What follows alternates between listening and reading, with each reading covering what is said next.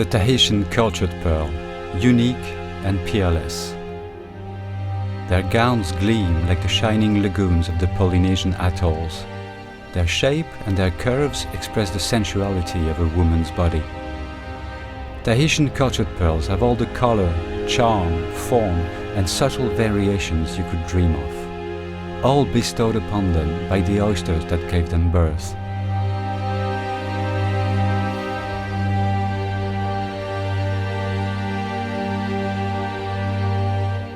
According to some Polynesian legends, our pearl-bearing oyster is called Te Ufi.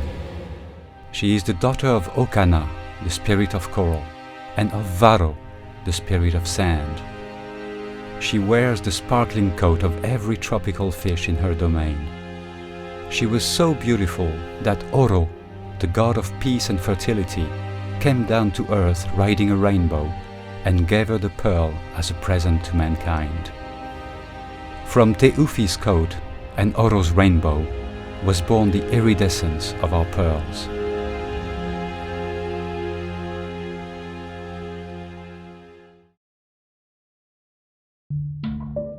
In ancient times, pearl-bearing oysters would naturally cling on to a piece of coral and prosper in their turquoise palace.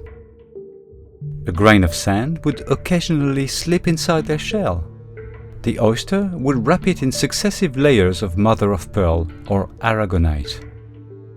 From this surprise visit, and after several years, a fine pearl would be born, but the phenomenon was all too rare. In the 1960s, in French Polynesia, men perfected the grafting technique that was used until then in Japan. Instead of a grain of sand, they inserted in the pearl sac of the Pinctada margaritifera kumingi a nucleus, a bead obtained from a freshwater bivalve, and a graft, a small fragment cut from the mantle of a donor oyster. A few months later, the alchemy was complete, and at the heart of the oyster, a cultured pearl was born.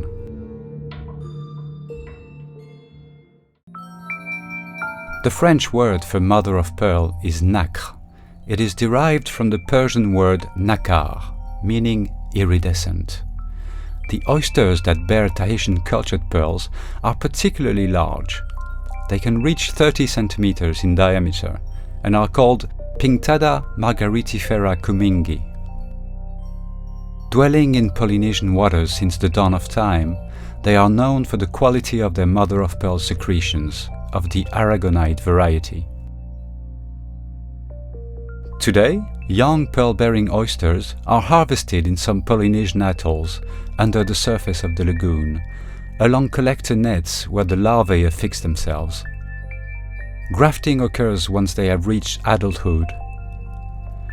The operation takes place in grafting houses, modest cabins by the water's edge. This is where the expert grafter harvests what he has sown several months or years beforehand. From sunrise to sunset, the pearl farm is buzzing with the work of men and women. Their hands protected by thick gloves, they pull the collector nets out of the water, untie the young oysters, pierce their shell and clean them. This work allows them to remain on their isolated atolls and to make a decent living. Pearls are slow to take shape. They know not the meaning of haste, taking 18 months to reach maturity. Day after day, hundreds of fine layers of aragonite crystals build up around the nucleus and the graft that the expert grafter has placed in the oyster's pearl sac. On this secret alchemy depend the color of the pearl and the depth of her shine. Then, man removes the oyster from its lagoon and opens the secret chamber where the young beauty has grown. The pearl offers no resistance. She is extracted from the pearl sac, naked and defenseless. Man can then observe her, judge her, measure her, then classify her according to her diameter, her color, her shape, and the quality of her surface.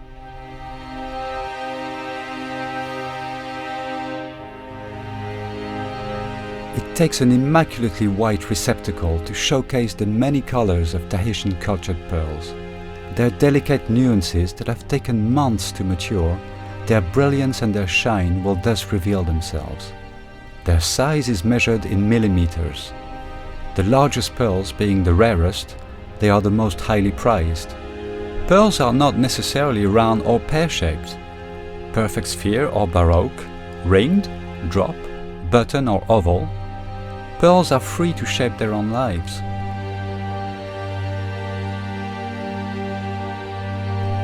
Caches are another example of pearl's whimsical nature.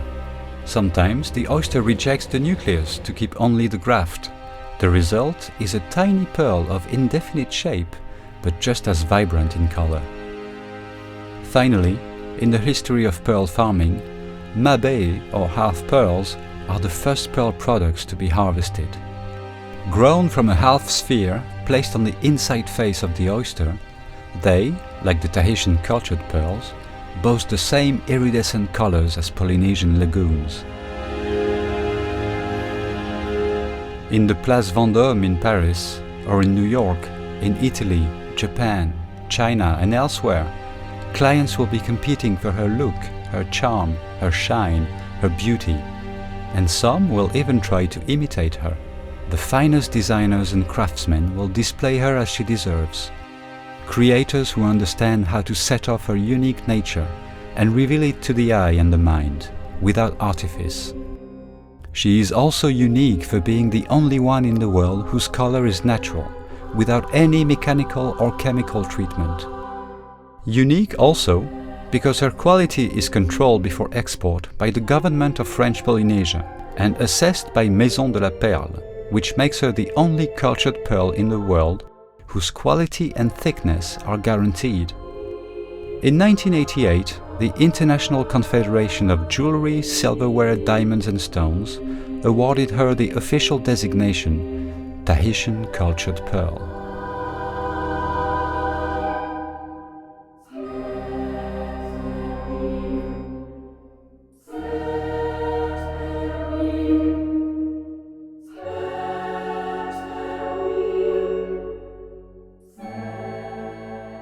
From her celestial legend to her birth in Tahiti's heavenly paradise, she embodies the symbiosis between nature and man.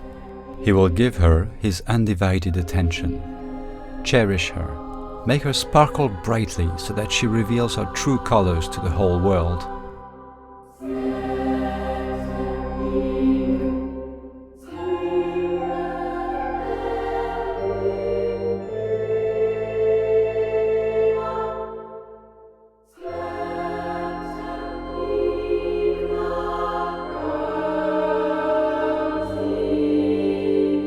Rainbow from the South Seas, Princess of the Ocean, her promise is eternal, to give all men and women of the 5 continents the shine, transparency and colors of the crystal clear waters of Polynesian atolls.